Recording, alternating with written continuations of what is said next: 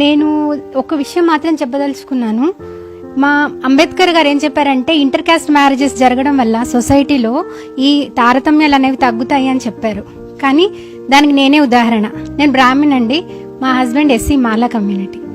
కానీ నేను ఎస్సీగా మీరు ఎదుర్కొన్నారో లేదో తెలియదు, కానీ నేను మాత్రం అంటరానితనాన్ని చాలా బ్రహ్మాండంగా ఎదుర్కొన్నానండి. ఎందుకంటే మాది ఇబ్రహీంపట్నం దగ్గర, అక్కడి నుంచి 5 కిలోమీటర్లు ఆగపల్లి గ్రామం అండి. పెళ్ళైన తర్వాత 2 సంవత్సరాలకి నేను అక్కడ చిన్న విద్యాలయాన్ని స్టార్ట్ చేశాను, ప్రైమరీ స్కూల్ అనమాట. అయితే నేను స్కూల్ పెట్టిన తర్వాత ఆ ఊర్లో 1200 కుటుంబాలు ఉన్నాయి. అందులో 70% బీసీలే ఉన్నారు, ఒక 30% ఎస్సీలు. అందులో 7 కుటుంబాలు మాత్రమే ఎస్సీ మాల కుటుంబాలు అనమాట.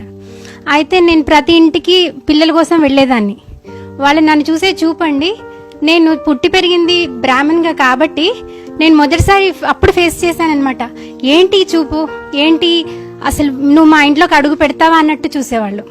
ఇట్లా ఒక రకంగా నాకు అప్పుడు అర్థమైందండి, ఏంటి అసలు ఇది, ఎస్సీలు అంటే ఇంత దారుణంగా ట్రీట్ చేస్తారా అని. మంచినీళ్ళు ఇవ్వడానికి కూడా హెసిటేట్ చేసేవాళ్ళు.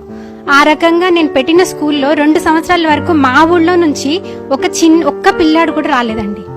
నాకు వేరే ఊళ్ళ నుంచి బస్సులలో వచ్చారు పిల్లలు. ఫస్ట్ ఇయర్లో 80 మంది వచ్చారు. తర్వాత 2 సంవత్సరాలు నన్ను పరీక్ష పెట్టి చూసి నా చదువు అంటే చూసిన తర్వాత, డెవలప్మెంట్ చూసిన తర్వాత అప్పుడు 1-2 మొదలు పెట్టారనమాట రావడం.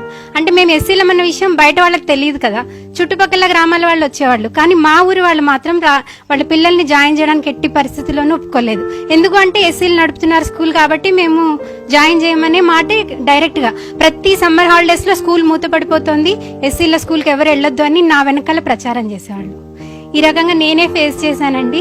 క్రిమిలేయర్ అంటే ఐఏఎస్ ఐపీఎస్ వాళ్ళ పిల్లలు ఇప్పుడు సార్ చెప్పినట్టుగా కింద ఒక చప్రాసీకి గవర్నమెంట్ జాబ్ ఉన్నంత మాత్రాన వాళ్ళ పిల్లలకి ఇంకా ఉద్యోగాలు అక్కర్లేదా? వాళ్ళు ఎలా బాగుపడతారు? క్రిమిలేయర్ పెట్టడం అనేది ఏంటంటే ఇది మనకి రిజర్వేషన్ అనేది ఇచ్చింది ఎందుకండి?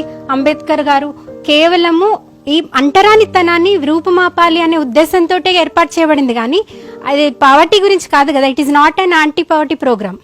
కాబట్టి దీని రిజర్వేషన్ ని ఎందుకు క్రిమిలేయర్ దగ్గర తీసుకెళ్తున్నారు, దాన్ని ఎందుకు ఇంట్రడ్యూస్ చేస్తున్నారు అనే విషయాన్ని మనం అందరం కూడా ఆలోచించాల్సిన విషయం. ఇక్కడ క్రిమిలేయర్ అనే ప్రసక్తి రాకూడదు.